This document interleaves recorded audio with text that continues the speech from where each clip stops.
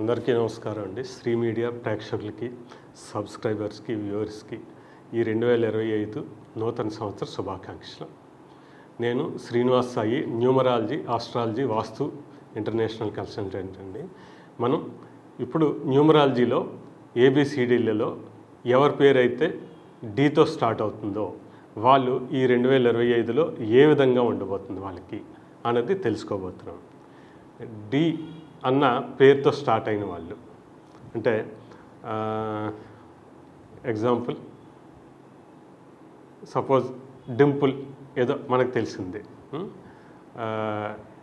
David, ఇలాగ కొన్ని ఉన్నాయి కదండి చాలా పేర్లు. సో డీతో స్టార్ట్ అయిన వాళ్ళు. అలాగే ఓకే, కొన్ని పేర్లు అయితే మనం చెప్దాం, కష్టపడదాం. వీళ్ళు గోపనీయంగా ఉంటారు, అంటే గుప్తంగా సీక్రెట్ నేచర్లో ఉంటారు.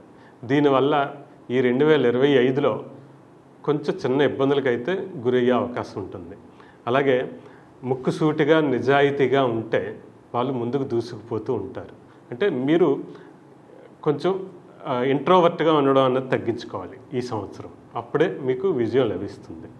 అయితే ఈ డీతో ఉన్నవాళ్ళు చిన్న భయం కూడా ఉంటుంది వీళ్ళకి. ఆ భయాన్ని పోగొట్టుకోవాలి, అందరిలోకి బయటికి రావాలి, కాన్సన్ట్రేషన్ పెట్టండి.